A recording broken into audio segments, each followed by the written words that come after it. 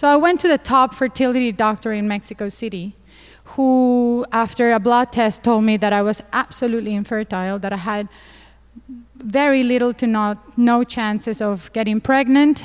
I walked out devastated, and in the elevator I was crying with my husband, and he said, "Do you believe him?" And I said, "No." I need to tell you a little bit about my father, who passed in October 2022. And it created a massive hole in my soul. It felt like it. He was the one who taught me how to meditate, introduced me to Dr. Joe Dispenza and so many other techniques. So he was my pillar who just left. The same time as I was cremating my father, I found out that I was pregnant. By this point, I have a 4-year-old child, and this pregnancy only lasts 3 months, and I have a miscarriage. So I had like a double loss, my father and my second daughter. And months passed, I turned 40. Ooh, 40, scary 40s. And my husband and I started trying again, and it wasn't happening. We did pretty much everything, you know, the counting, checking, egg white, the whole thing, nothing.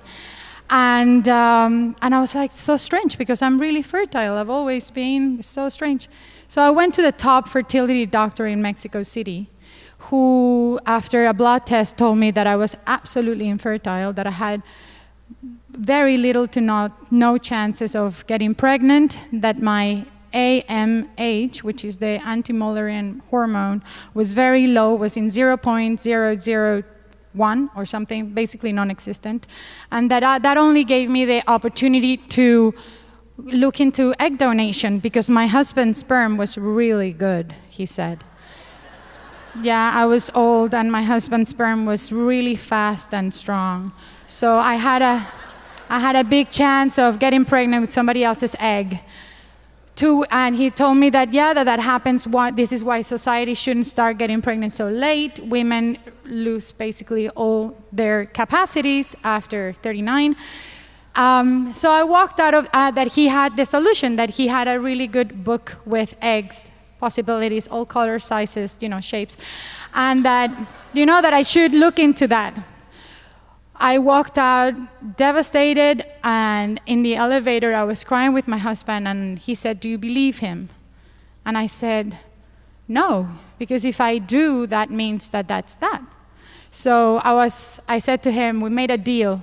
I said, "Are you okay with having only one daughter?" And he said, "I'm super fine. I love her. I think she's everything. It's fine." I was like, okay, I'm gonna look for this other daughter or son my own way. Ci vediamo. So I kind of left that office. And in the name of my father, at the same time, my brothers and my husband and I were gonna start training for a marathon, the Rome Marathon. So this is September. I'm gonna place you in time. I know time is not popular here, but hey, just for the frame. So this is September. So the Rome Marathon was March 2024. Okay, so this is September 2023. Walk out of the office, all terrible. I'm really old to have children. So I said, okay, I'm gonna start doing Joe Dispenza's meditation. I had read the book, Becoming Supernatural, but somehow I thought, maybe it's not, you know, like, it seems really hard.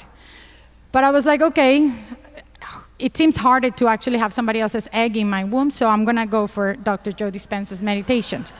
So I went for it. I did the blessing of the energy centers every day, no excuse. And I started at the same time running for the marathon. Now, what was incredible with the meditations was that I started feeling so good that I stopped doing the whole testing of, you know, are you ovulating? No, that's really stressful, no. So I threw that in the trash and started doing the meditations. In the mornings, I would do tuning into new potentials, and at night, blessing of the energy centers, every day, while I was training for the marathon. But I was kind of half training for the marathon because my mind was like, maybe I'm gonna get pregnant, so, you know. But then I said to my husband, if by the 1st of December I'm not pregnant, I'm gonna forget about pregnancy and I'm gonna move pregnancy for the, like, after the marathon. And in the meantime, I'm really gonna go for it. I'm gonna run this marathon like an athlete. This is gonna be great for my father and with my brothers. So the 1st of December came, did it, negative. Fine, forget about the pregnancy for now, and I'm gonna run, and the meditations kept going. And they kept making me feel really good about the whole thing, to a point that I forgot about getting pregnant. Went to Italy that Christmas, had wine, panettone, it was amazing. Drank so much wine, fermented grapes, and yeah, and totally forgotten about the possibility of having another child, totally gone. And the time of the training came when I had to run half a marathon. So I ran it in El Bosque de Chapultepec in Mexico City, and I come back home and I'm feeling really, really bad. I'm like, dude, it's hard to be an athlete. This feels horrible. I felt really sick, and my legs weren't doing the normal things that they normally do. So I was like, okay, I'm just gonna entertain the thought. I'm gonna do a pregnancy test. Just because I have loads of pregnancy tests right there because of all this shit I had bought before.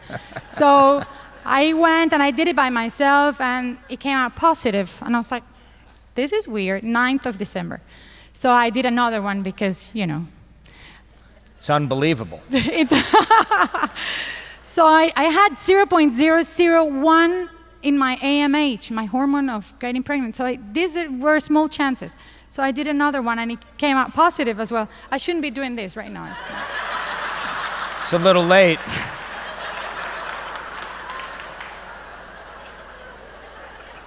Anyway, I'm not gonna be so explicit. Okay, so I call my husband and I'm like, hey, look at this. And he's like, oh my God, 2 pregnancy tests and they're both positive? I was like, well, yeah, it's the same P. I mean, of course they're both positive.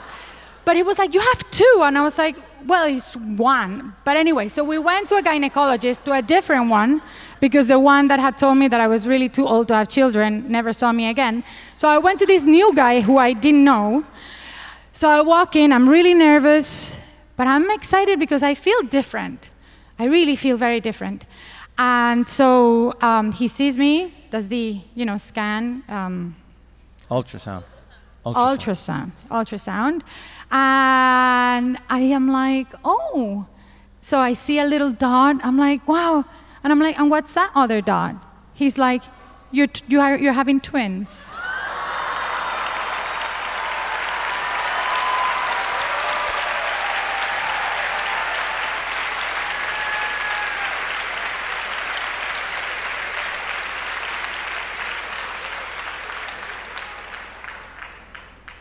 Yes, and so I said to him, okay, I'm having twins, but I'm also running a marathon. He was like, no, you're not. I'm like, what? I'm gonna run a marathon in March. He's like, no, you're pregnant with twins. You're not running a marathon. You're running another kind of marathon, which is the boys. Thank you so much for doing the work. Thank you. Now, so many people in this work that got the voodoo curse that they were infertile. So many of them have had children, and the blessing of the energy centers meditation is information in each one of those centers. And if you keep putting information, that information turns into chemistry automatically. Automatically, that's its job, to automatically produce that chemistry, to take the intention, and it serves as information to signal that system to match the information in the form of chemistry. She changed her life, completely changed her life by making the time to do the work. And what did she say? She got so happy, she could care less if she was pregnant or not. She's not expecting anything because she's so happy, she feels so good, she could care less. That's the moment it happens. So many people have healed in this work and they said, God, I felt so great. I felt so great, I didn't care, but I was wondering why had so healthy, but I felt amazing. I felt amazing. I didn't even care. I peed in the cup. and blessed the pee and left. And they called me back and said it's negative. Like, what? But she did it every day. She did it with every day with meaning. She really assigned meaning to the act, and you can tell she's a practical person. Yes? And with the same intensity that she did to train for a marathon, she did to have babies. She just used the same intention, the same passion, the same drive, and literally changed her own life.